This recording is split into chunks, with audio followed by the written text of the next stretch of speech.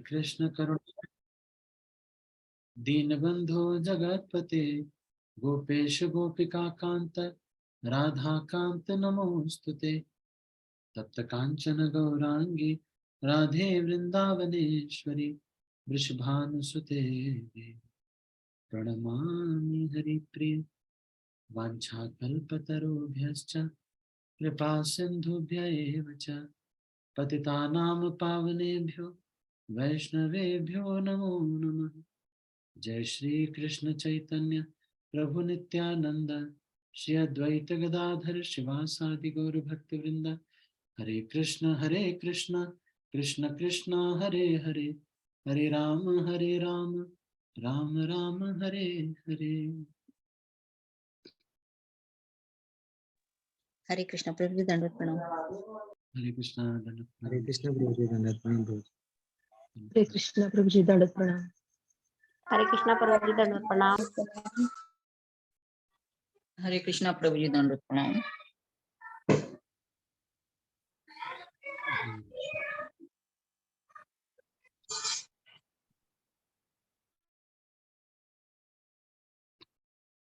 ग्रंथराज श्री चैतन्य चरितामृत से हम पाठ कर रहे हैं।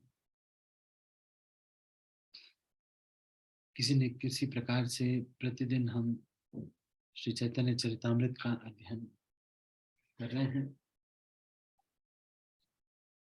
और इसी श्रृंखला में हम श्री चैतन्य चरितामृत के 21वें प्रयास मध्य लीला 21वें अध्याय पर हम पहुंच गए हैं।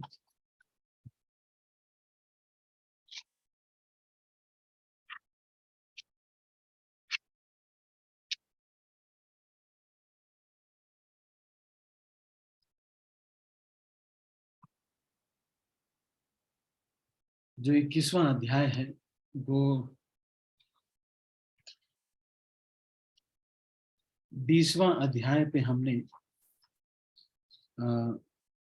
ये सीखा कि किस तरह से सनातन गोस्वामी, जो 20वां अध्याय है उसकी थोड़ी सी रिवीजन हम करते हैं। 20वें अध्याय में सनातन गोस्वामी जेल से किस तरह से छूटते हैं, पाटदा हाजीपुर होते हुए सनातन गोस्वामी आते हैं, बनारस में सनातन गोस्वामी किस तरह से मिलते हैं, किस तरह से श्रीकांत जो होते हैं, जो उनके रिलेटिव हैं, उनसे वो मिलते हैं और तो उनसे जेल से छूटना, ये सब हमने पढ़ा। फिर उसके बाद सनातन गोस्वामी चैतन्य महाप्रभु से कुछ प्रश्न करते हैं। फिर जीव और उसके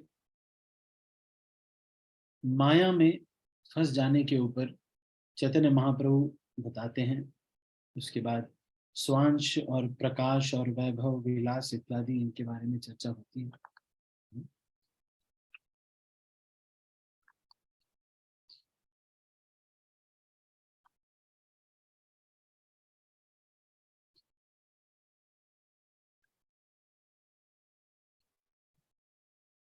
इसी अध्याय में ये वाली भी चर्चा आती है कि भक्ति जो अभिधेय है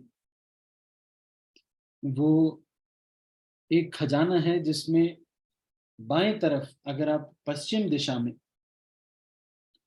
कुछ खोदेंगे तो वहां पे भूत मिलेगा, ज्ञान का भूत।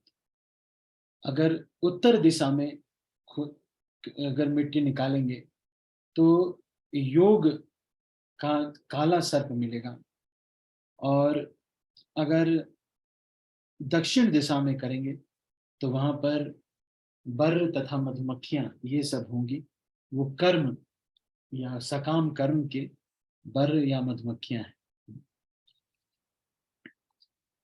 तो इस तरह से ये हमने ये चर्चा किया था।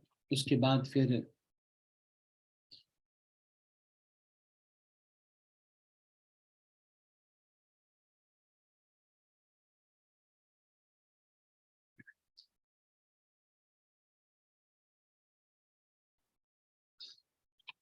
फिर हमने अलग अलग भगवान के वैभव, प्रकाश, विलास इत्यादि पर चर्चा की गई थी और इसको हमने कहा था कि एक चार्ट के माध्यम से हम सीखेंगे। तो इस चार्ट को मैं एक बार आपको पहले भी बनाया था थोड़ा सा, लेकिन फिर से एक बार इसको मैं बनाता हूँ, आप इसको देखिएगा।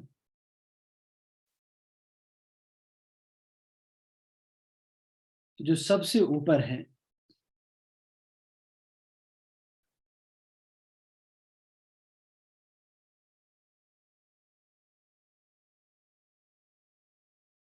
वो है भगवान का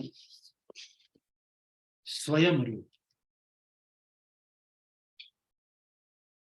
ठीक है, तो इस स्वयं रूप का जो है से एक निकलता है स्वयं प्रकाश।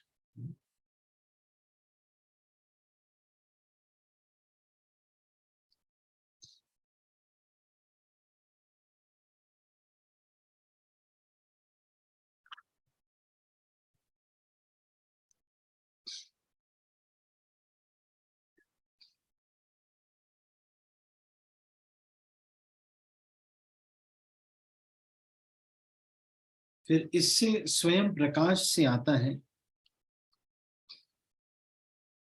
तो स्वयं रूप का तो मतलब है कि कृष्ण वृंदावन में जो गोप के रूप में रहते हैं वो स्वयं रूप उसको कहते हैं। उसके बाद एक प्रकाश उसका होता है, तो वो भगवान अपने पर्सनल विस्तार करते हैं, मैनिफेस्टेशन करते हैं, और वो जो है रास लीला और द्वारका में जो है वो उसको प्रकट करते हैं। तो ये स्वयं प्रकाश जो है ये दो तरह का होता है। कौन कौन से दो तरह का होता है? एक होता है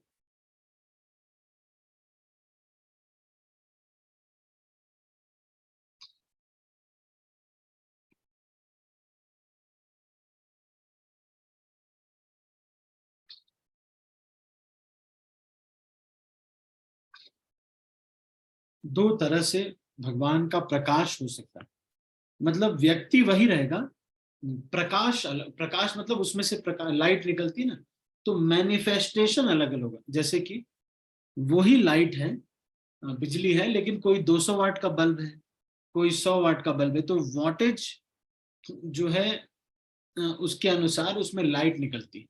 तो वो वॉटेज तो इसमें कमजोर नहीं है, वही व्यक्ति है स्वयं प्रकाश, स्वयं वही व्यक्ति है, लेकिन उसका जो प्रकाश है उसको वो कह रहे हैं कि क्या है उसमें, उसमें ये है कि प्राभव प्रकाश, प्राभव और वैभव।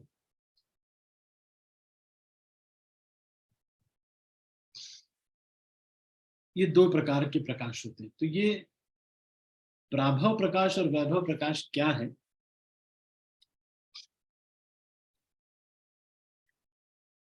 ये सारे एक जैसे ही दिखने में होते हैं और एक साथ एक जगह पर विद्यमान होते हैं, प्राभव। और वैभव का मतलब यह है कि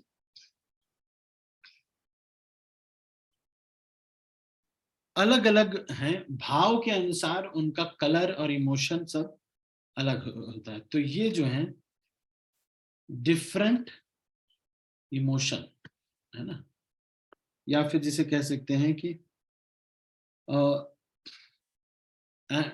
form and emotion, different form भी और इमोशन भी वैभव में, इसमें सेम होता है। अब ये जो वैभव प्रकाश है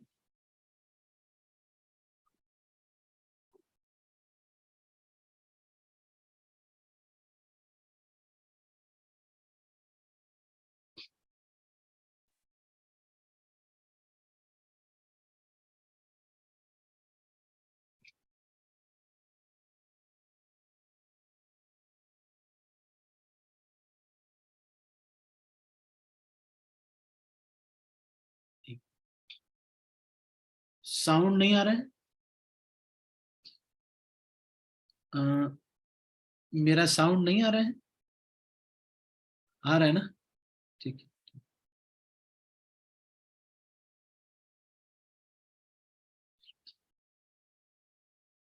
ठीक है, मैं इसको फिर से कर रहा हूँ। ये थोड़ा सा कॉम्प्लेक्स डिस्क्रिप्शन है श्री चैतन्य चरितामृत में,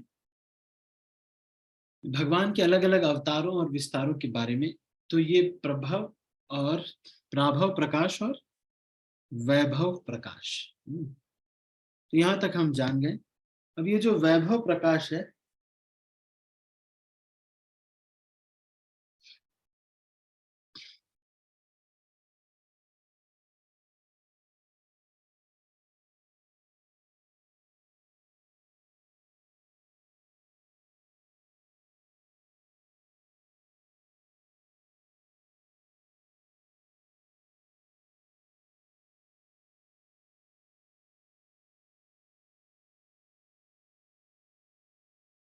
इसमें क्या होता है,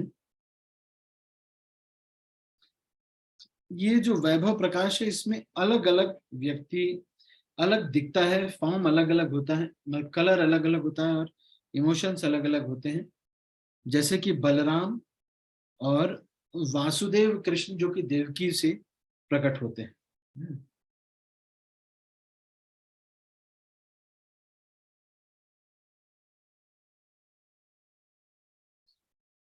अब एक है उसी में ये बताया गया था वैभव प्रकाश और तदेकात्म रूप। तो ये तदेकात्म रूप, या फिर आप इसे कह सकते हैं कि वैभव प्रकाश,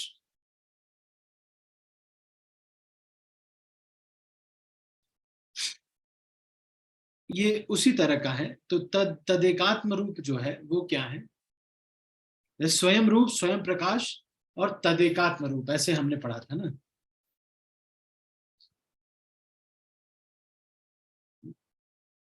ये जो तदेकात्म रूप है,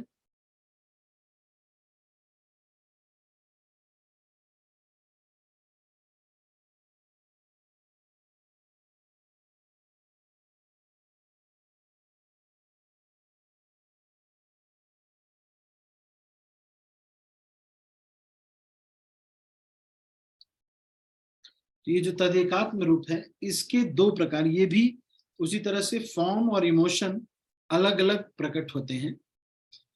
और इसको जो है दो प्रकार के, एक तो विलास जो कि लीलाओं के लिए होते हैं, और दूसरा स्वांश जो कि किसी पर्पस के लिए, किसी स्पेशल। तो ये तदेकात्म रूप जो है ये एक तरह से इक्विवेलेंट है वैभव प्रकाश के, लेकिन तदेकात्म रूप जो है एक अलग, इसका बाइफर्केशन भी है। उसको हम बोल सकते हैं कि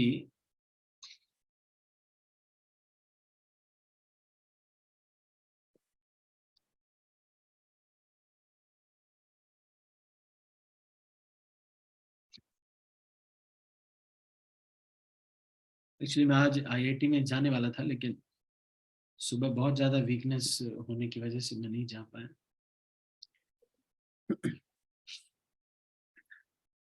तो तदेकात्म रूप भी जो है ये दो प्रकार का होता है। एक तो जो लीलाओं के लिए होता है उसको बोलते हैं विलास, और जो लीलाओं के लिए नहीं, किसके लिए होता है, किसी मैनेजमेंट के लिए या कुछ कार्य के लिए होता है, भगवान स्वयं विस्तार करते हैं, तो वो है स्वांश।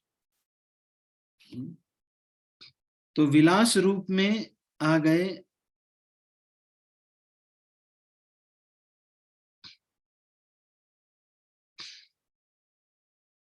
ये, जो विलास रूप होता है ये पूरी तरह से शक्तिशाली होता है, और जो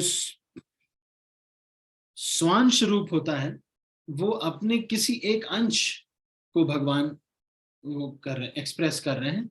तो स्वांश रूप उतना पोटेंट नहीं होता है जितना कि ये विलास रूप होता है। तो विलास रूप में कौन कौन आ जाता है,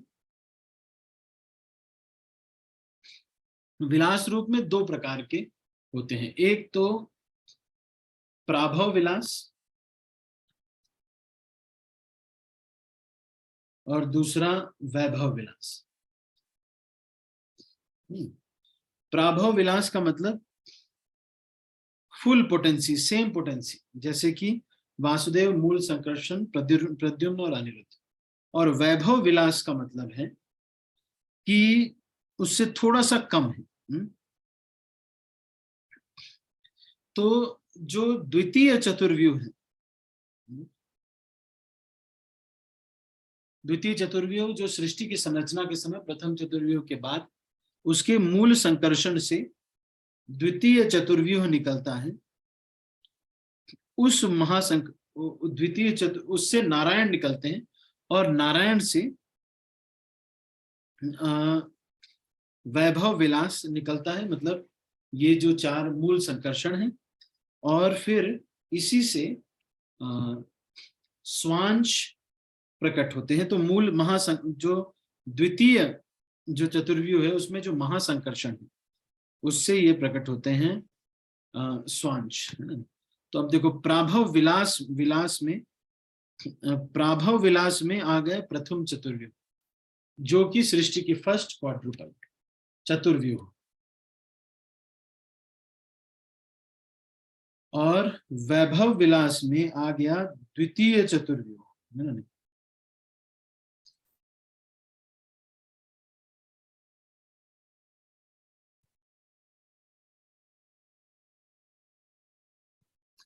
ठीक है।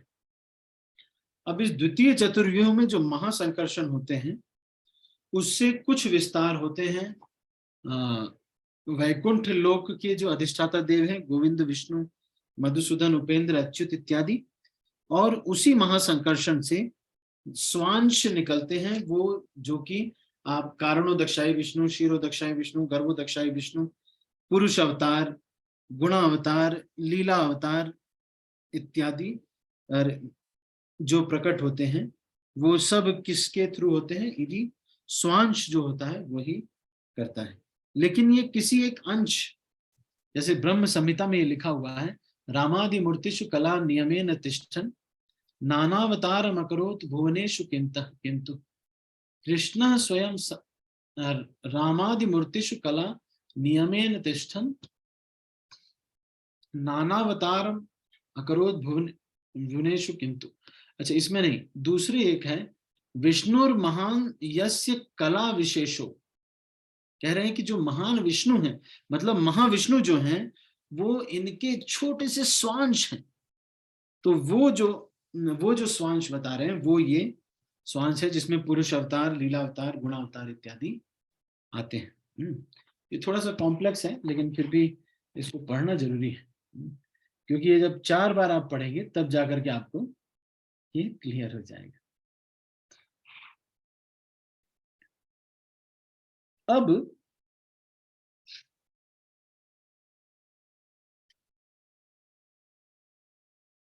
पुरुष अवतार, गुण अवतार में ब्रह्मा, विष्णु, महेश हो गए, और पुरुष अवतार में क्षीरोदक्षाई विष्णु, गर्भोदक्षाई विष्णु, ये सब इसी द्वितीय चतुर्व्यूह के से निकलते हैं, है ना। नहीं, यहां से धरती वाला, यहां से मटेरियल वर्ल्ड वाला कुछ शुरू होता है। फिर लीला अवतार होते हैं, वैभव, प्रकाश। इसी में जो है 2 प्रकार के होते हैं, वैभव, प्राभव और आवेश रूप। ये 3 जो है इसी में स्वांश में 3 और प्रकार के होते हैं। तो वैभव, प्राभव और आवेश रूप। तो शक्त्यावेश अवतार इत्यादि के बारे में हमने चर्चा इसमें किया था।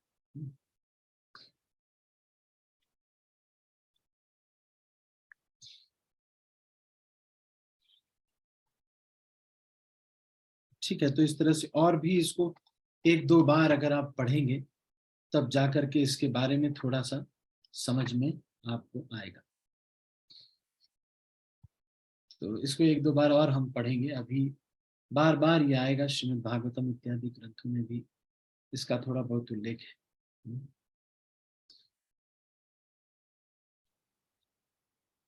ठीक है, तो हम पढ़ रहे हैं मध्य लीला, पहला जो 21वां अध्याय, इसको हम शुरू करने जा रहे हैं। तो ये छोटा अध्याय है, 150 प्यारों का अध्याय है। तो इस प्यार में श्री कृष्ण का वैभव और उनकी मधुरता के बारे में बताया गया। तो 1 से लेके 30 प्यारों तक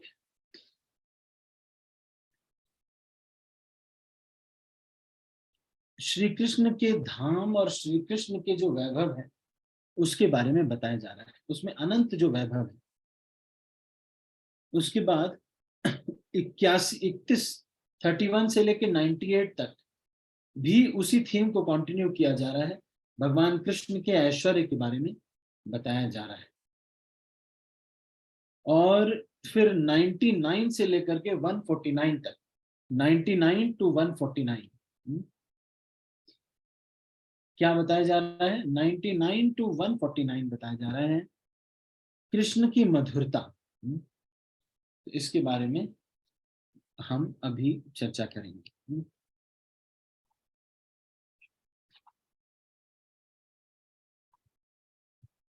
तो ये छोटा सा अध्याय है, इसमें मुख्यतः वैकुंठ इत्यादि के बारे में बताया गया है। तो हम इसको चर्चा को आगे बढ़ाते हैं।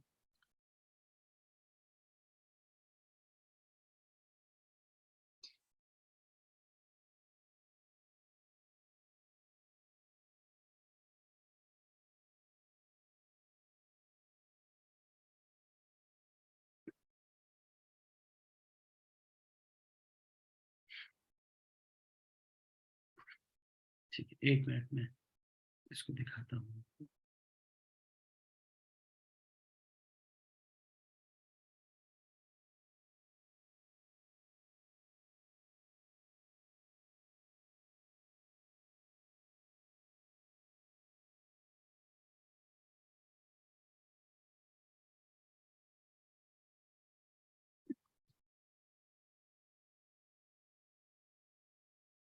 श्री चैतन्य चरितामृत मध्य लीला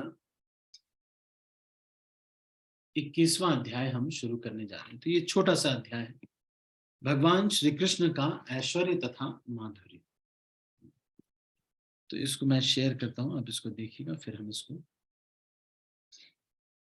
भगवान श्री कृष्ण का ऐश्वर्य तथा माधुर्य। श्रील भक्ति विनोद ठाकुर ने 21वें अध्याय का सारांश इस प्रकार दिया है। इस अध्याय में श्री चैतन्य महाप्रभु कृष्ण लोक आध्यात्मिक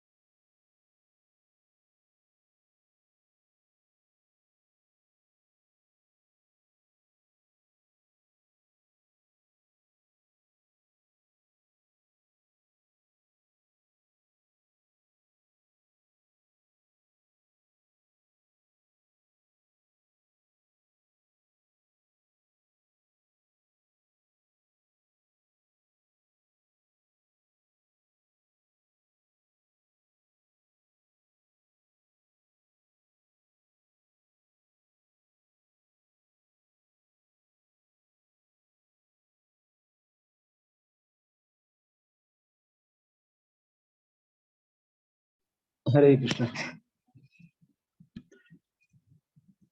क्षमा कीजिएगा, ये थोड़ा सा नेटवर्क का इशू हो गया।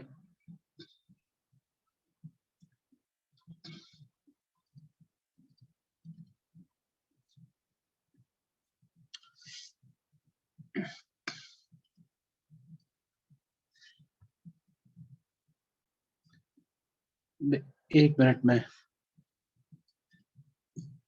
I am just logging in through my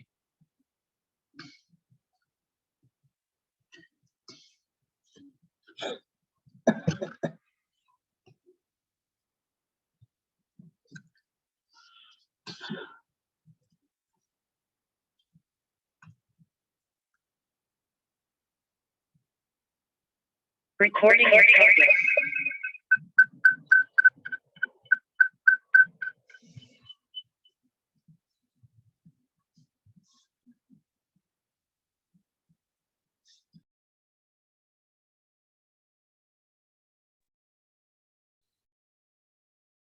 ठीक है, तो हम ये चर्चा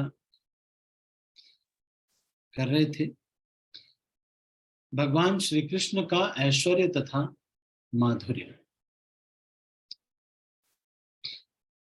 तो इसकी जो इसको हम पढ़ेंगे थोड़ा, इसके जो प्रस्तावना है उसको हम पढ़ते हैं। श्रील भक्ति विनोद ठाकुर ने 21वें अध्याय का सारांश इस प्रकार दिया है। इस अध्याय में चैतन्य महाप्रभु कृष्ण लोक, आध्यात्मिक आकाश, कारण सागर, असंख्य ब्रह्मांडों से युक्त भौतिक जगत का पूर्ण वर्णन करते हैं। इसके बाद श्री चैतन्य महाप्रभु द्वारका में कृष्ण के साथ ब्रह्मा जी की भेंट, भगवान द्वारा ब्रह्मा के गर्व को दूर किए जाने का वर्णन करते हैं। इसमें ब्रह्मा के साथ कृष्ण की एक लीला का भी वर्णन हुआ है। इसी अध्याय में चैतन्य चरितामृत के लेखक ने कृष्ण की लीलाओं एवं कृष्ण के अनुपम सौंदर्य के विषय में कुछ सुंदर पद्य प्रस्तुत किए हैं। शेष अध्याय में कृष्ण के साथ हमारे अंतरंग संबंधों का वर्णन, अगत्येक गतिम नत्वा हीनार्थाधिक साधकम श्री चैतन्यम लिखाम्यस्य माधुर्य ऐश्वर्य श्रीकरम। चैतन्य महाप्रभु को सादर नमस्कार करते हुए मैं उनके ऐश्वर्य तथा माधुर्य के एक कण मात्र का वर्णन करता हूँ। वे आध्यात्मिक ज्ञान से रहित पतित बद्धात्माओं के लिए अत्यंत हितकारी हैं और वे उन लोगों के लिए एकमात्र आश्रय हैं जो जीवन के वास्तविक लक्ष्य को नहीं जानते। जय जय श्री चैतन्य जय नित्यानंद, जय द्वैत चंद्र जय गौर भक्त वृंद। चैतन्य महाप्रभु की जय हो, नित्यानंद प्रभु की जय हो, अद्वैताचार्य की जय हो, चैतन्य महाप्रभु के सारे भक्तों की जय हो। चैतन्य महाप्रभु ने आगे कहा, भगवान के सारे दिव्य रूप आध्यात्मिक आकाश में पाए जाते हैं। वे उस धाम में वैकुंठ लोकों की अध्यक्षता करते हैं, किंतु उन वैकुंठ लोकों की कोई गणना नहीं है। प्रत्येक वैकुंठ लोक की चौड़ाई 8,000, 80,000, 8,00,000, 8 करोड़ मील है। दूसरे शब्दों में प्रत्येक वैकुंठ लोक का विस्तार हमारी मापने की शक्ति के परे है। प्रत्येक वैकुंठ लोक विस्तृत है।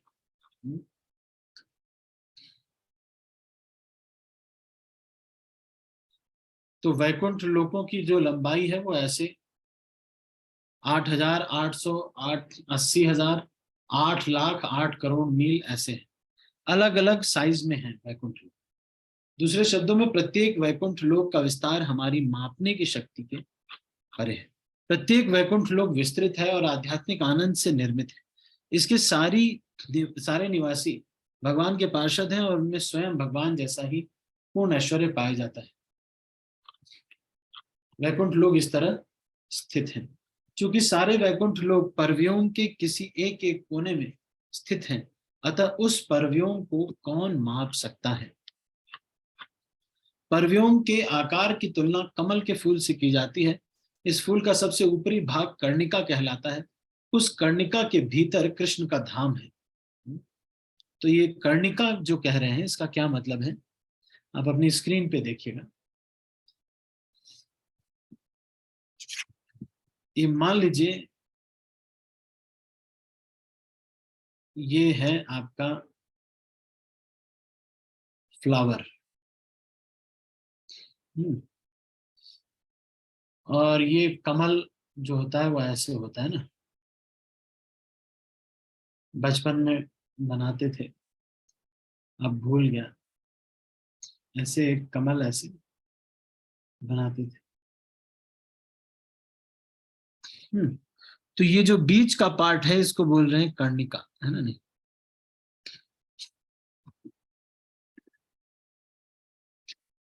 ठीक है।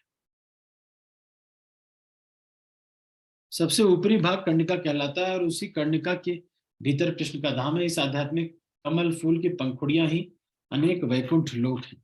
प्रत्येक वैकुंठ लोक दिव्य आनंद पूर्ण ऐश्वर्य तथा स्थान से पूर्ण है और हर एक में अवतारों का निवास है। यदि ब्रह्मा जी, शिव जी आध्यात्मिक आकाश तथा वैकुंठ लोकों की लंबाई चौड़ाई नहीं पाप सकते तो भला सामान्य जीव किस तरह उनकी कल्पना कर सकता है।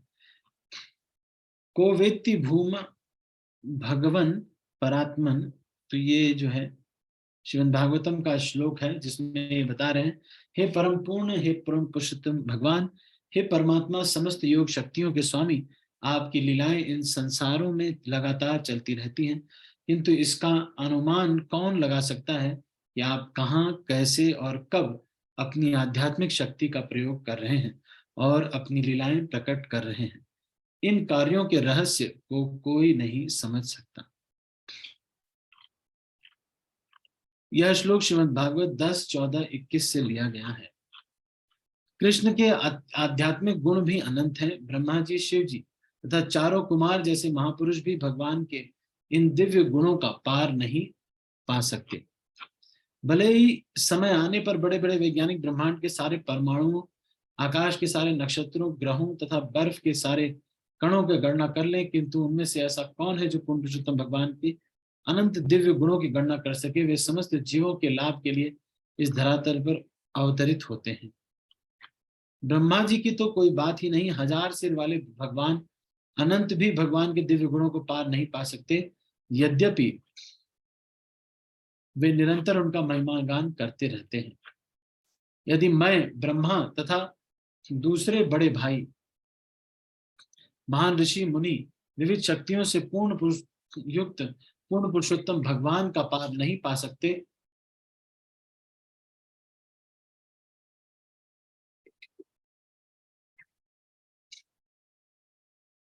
तो फिर उन्हें और कौन समझ सकता है।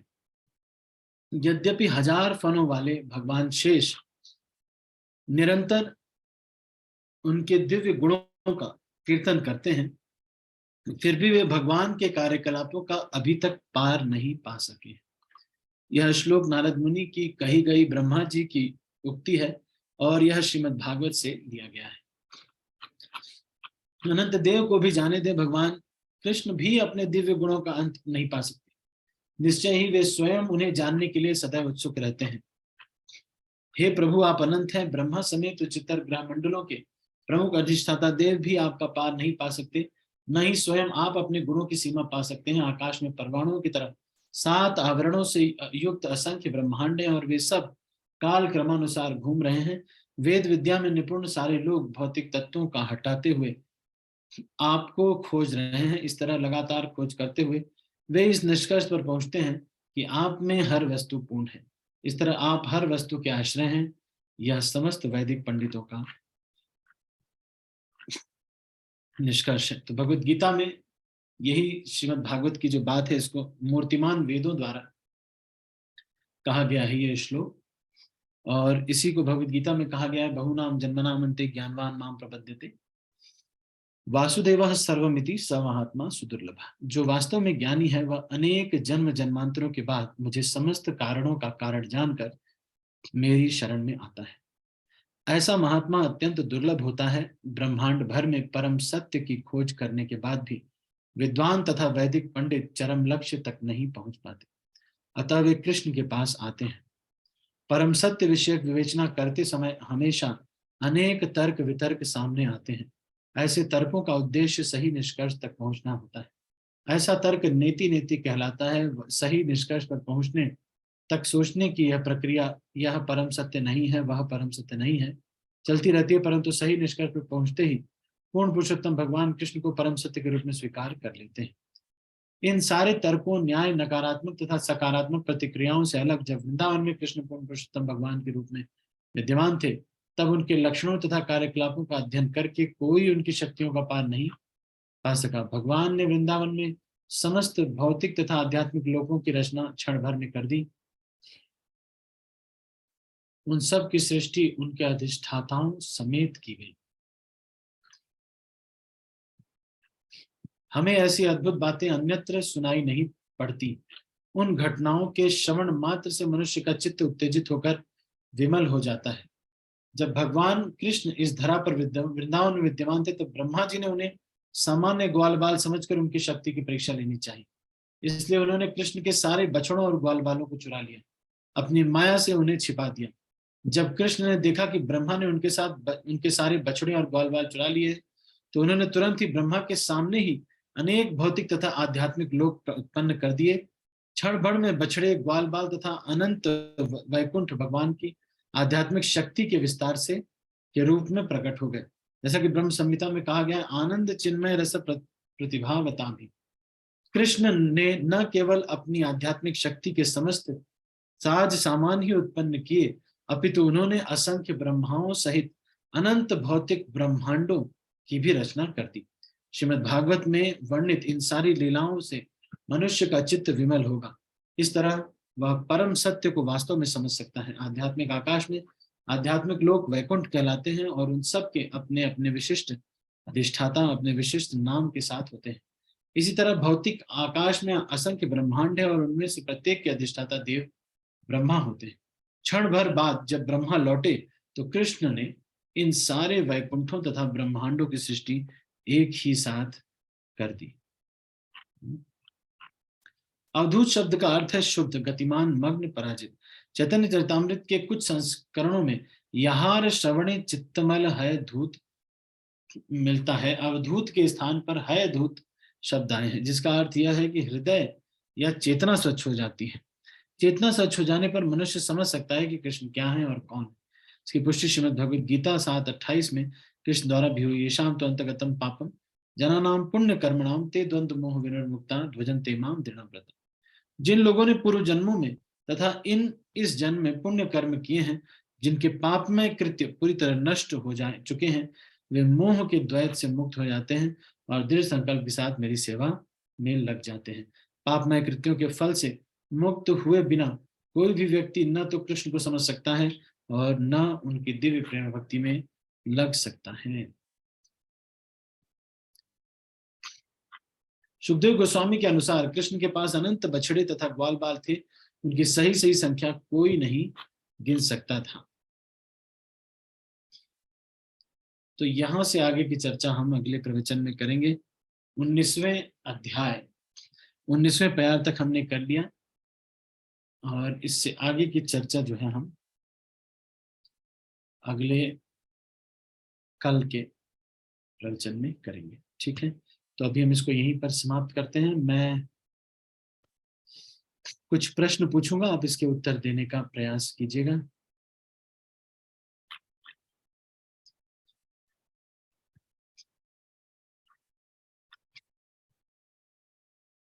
अलग अलग वैकुंठों के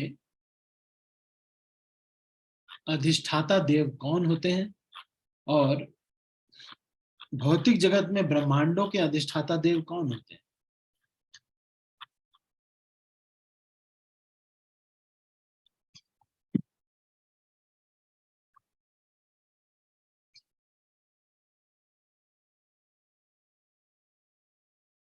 कौन बताएगा? अलग अलग ब्रह्मांडों के अधिष्ठाता देव और वैकुंठ लोकों के अधिष्ठाता देव कौन होते हैं?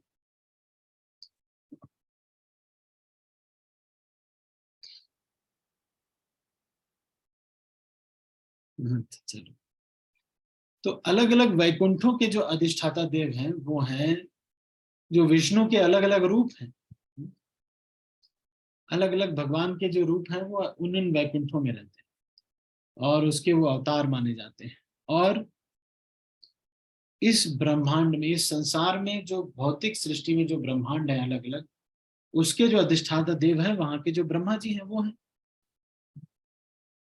ठीक है, अगला प्रश्न।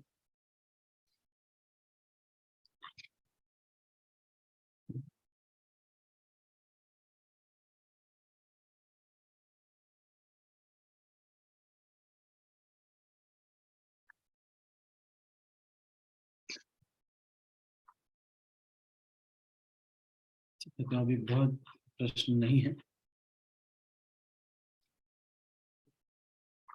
अलग अलग वैकुंठों की अलग अलग चौड़ाई लंबाई इत्यादि है, इसमें हम नहीं जाएंगे। अगले प्रवचन में हम 20वें प्यार से आगे की चर्चा करेंगे। ठीक है, तो अभी हम इसको यहीं पर समाप्त करते हैं। आपका यदि कोई प्रश्न है तो मैं अभी ले सकता हूँ, हमारे पास 5 मिनट 2-4 मिनट और है। तो यदि आपके मन में कोई प्रश्न हो आज की चर्चा में से, या फिर अदरवाइज भी अगर कोई प्रश्न पूछने की इच्छा हो तो आप पूछ सकते हैं।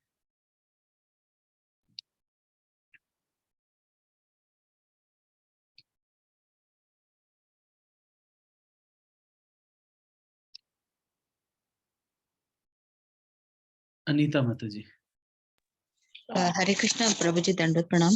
प्रभु जी, जो आपने वो फर्स्ट वाला एक्सप्लेनेशन दिया था 19 चैप्टर का, 20 चैप्टर का, प्रभु जी, उसमें तो स्वयं रूपा और स्वयं प्रकाशा जो है उसमें 2 टाइप्स के है, उसमें भी सब प्रभावा वैभवा है, प्रभावा रूपा प्रकाश है और वैभव प्रकाश है।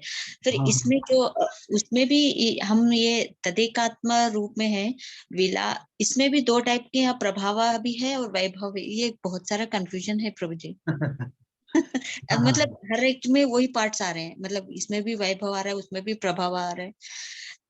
और इसमें जो ये वैभव लास्ट में जो है, ये तदेकात्म में ये वैभव में ये इसमें क्या क्या आते हैं प्रभु जी? नारायण जी आते हैं इसमें? बहुत बहुत क्या होता है, कंफ्यूजन। क्या है कि जैसे ये प्रभाव प्राभव और वैभव है ना, ये इसका मतलब बस ये है कि व्यक्ति वही रहेगा और उसके रूप सिमिलर रहेंगे, है ना। नहीं, मतलब वो सेम व्यक्ति, जैसे कि जब भगवान द्वारका में सारी रानियों के लिए विस्तार करते हैं या फिर रासलीला में विस्तार करते हैं, तो एक ही व्यक्ति है, वही व्यक्ति है, सेम पर्सन है, पोटेंसी में कोई कमी नहीं है, मतलब कृष्ण ही है, कोई पोटेंसी में कमी नहीं। लेकिन जब वैभव होता है तो भी पोटेंसी में कमी नहीं है, लेकिन क्या है, ये पोटेंसी में कमी होगी या नहीं होगी, पर डिफरेंस होगा। जैसे कलर में डिफरेंस होगा, तो जब डिफरेंस है तो वैभव है, जब डिफरेंस नहीं है तो प्राभव है। इतना तो समझ गए। हाँ। अब ये एक ऐसे जैसे कि कोई घर में वायरिंग होती है ना, तो वायरिंग जब वहां से मेन वगैरह से आई रहती है तो वहां पे एक लाल होता है, एक पीला होता है, एक काला होता है। फिर उसके बाद जब वो कहीं और आता है तो उस स्विच में भी, जो स्विच तक पहुंच जाता है, वहां भी एक लाल पीला और काला होता है। तो उसमें वो बोल रहे ये नेगेटिव होता है, ये पॉजिटिव होता है, ये अर्थिंग होती है। तो अब ये जो अर्थिंग है, ये किसकी अर्थिंग है? ये इस स्विच बोर्ड की अर्थिंग है ना, नहीं समझ रहे हैं आप? और वो जो काला वाला अर्थिंग था, मोटा वाला तार था, वो कहाँ का था? वो मेन जो वायर आ रहा है उसका अर्थिंग था। तो उसी तरह से प्रभव और वैभव इस तरह से होता है। आप थोड़ा थोड़ा समझ पा रहे हैं? जी। थोड़ा थोड़ा ही समझ पाएंगे, एक बार में 2 बार में, बहुत बार पढ़ेंगे तो समझ में आता है ना। ठीक है, पुष्टि रूपा माता जी। हरे कृष्ण प्रभु जी, दंडवत प्रणाम। दंडवत प्रणाम माता जी। प्रभु जी, ये 6th और 7th श्लोक में ये परव्योम आया है प्रभु जी, इसका क्या मतलब है? परव्योम पर व्योम का मतलब यही होता है माता जी, इस संसार से ऊपर, अच्छा, भौतिक से ऊपर, वही परव्योम हो गया। ओके प्रभु। ठीक है, ठीक है, तो अभी हम इसको यहीं पर समाप्त करते हैं। और किसी का कोई प्रश्न या टीका टिप्पणी कुछ कहना चाहते हैं? ठीक है, तो अभी हम इसको यहीं पर समाप्त करते हैं। मैं सब भक्तों को अनम्यूट कर रहा हूँ। हरे कृष्ण। श्रील प्रभुपाद की जय। जय हरे कृष्णा प्रभु जी दंडवत प्रणाम। प्रभु जी।